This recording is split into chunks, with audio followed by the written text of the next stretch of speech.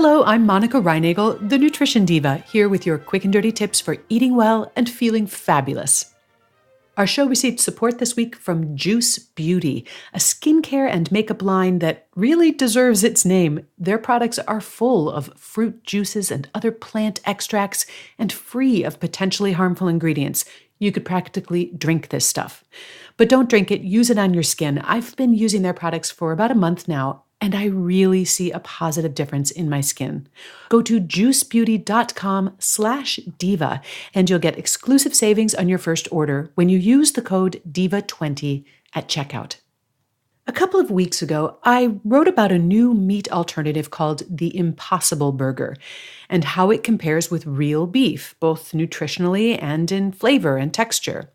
Almost immediately, I started getting emails from listeners who wanted to know how the Impossible Burger compared with another meatless burger called the Beyond Burger. So today, we'll have part 2 of what has become a series on meatless burgers that are taking veggie burgers to a much meatier level.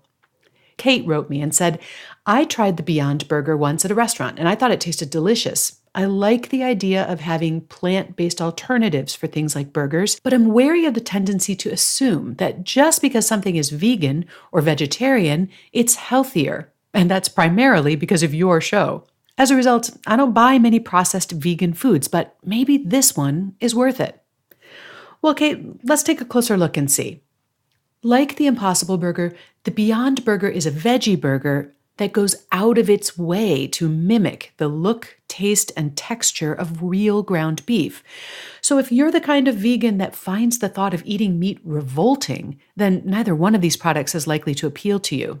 But if, like Kate, you enjoy eating the real thing, but also like the idea of cutting down on your consumption of red meat, either one of these might fit the bill. Like the Impossible Burger, the Beyond Burger also looks like raw ground beef when you buy it. After cooking, it's still pink in the center. Now, in the case of the Impossible Burger, the color comes from heme, a form of iron that's normally only found in animals. The color in the Beyond Burger, on the other hand, is supplied by beet extract. But the heme iron in the Impossible Burger imparts more than just color. Heme also contributes a characteristic metallic flavor that we associate primarily with red meat. Well, how do the two stack up nutritionally? Let me just start by saying that the nutritional differences between these two burgers are not huge. Both of them are under 300 calories for a 4-ounce burger. But there are a few differences that are worth mentioning. Although the Beyond Burger is slightly higher in total fat, it is much lower in saturated fat because it uses both canola and coconut oil, while the Impossible Burger uses only coconut oil. The Beyond Burger is also significantly lower in sodium, and it offers a small amount of fiber. The Impossible Burger, on the other hand, is about 25% higher in protein. But there are also some important differences in where the protein comes from. The Impossible Burger gets its protein from wheat and potato, and it also contains a small amount of soy. The Beyond Burger, on the other hand, is made from pea protein. So for those who are sensitive to wheat or soy, the advantage clearly goes to the Beyond Burger. However, pea protein can have different consequences. It's somewhat notorious for producing a lot of gas, particularly if you're not used to eating it. So you might not want to try the Beyond Burger for the first time on a first date. But how do they compare in taste? I'll give you my personal review in just a sec, but first, a word from our sponsor.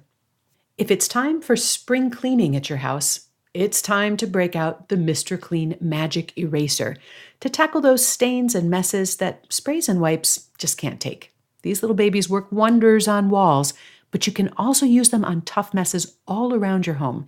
And it couldn't be easier. All you have to do is wet the sponge under the tap, give it a squeeze, and it's ready to erase your mess. And because it cleans with water alone, you don't have to worry about harsh cleaning chemicals or fumes. It makes cleaning your toughest kitchen and bathroom messes fast and easy. Part of my spring cleaning routine is to clean out the fridge, a job that no one looks forward to. But the Mr. Clean Magic Eraser really makes it easy to get all the gunk out of every little corner of that crisper drawer. check out mrclean.com/diva to see more ways that the magic eraser can help you knock out impossible messes all around the house. That's mrclean.com/nutritiondiva. And now, how do the Impossible Burger and the Beyond Burger taste? Well, both of these products do a great job mimicking the appearance and the texture of real ground beef.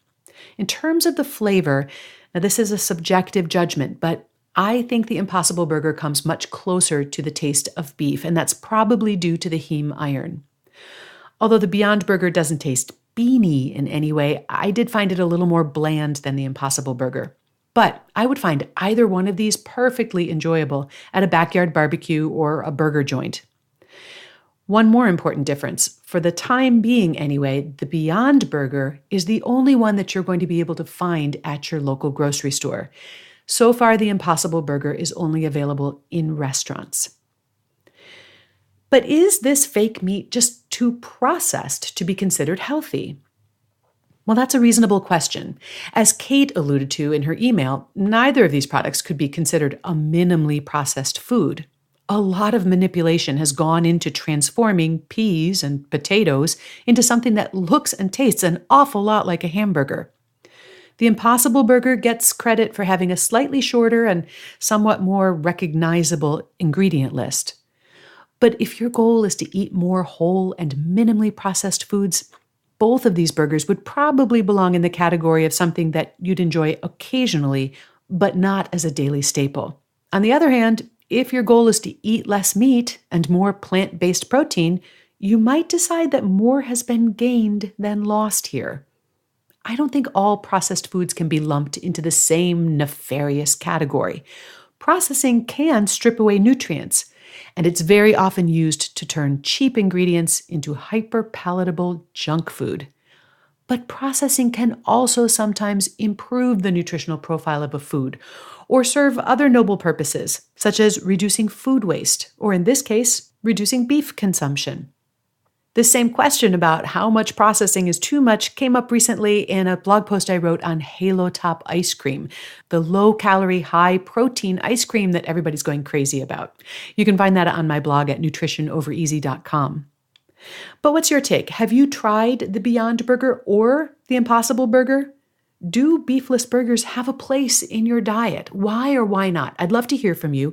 You can post your thoughts on the Nutrition Diva Facebook page or on our website at nutritiondiva.quickanddirtytips.com.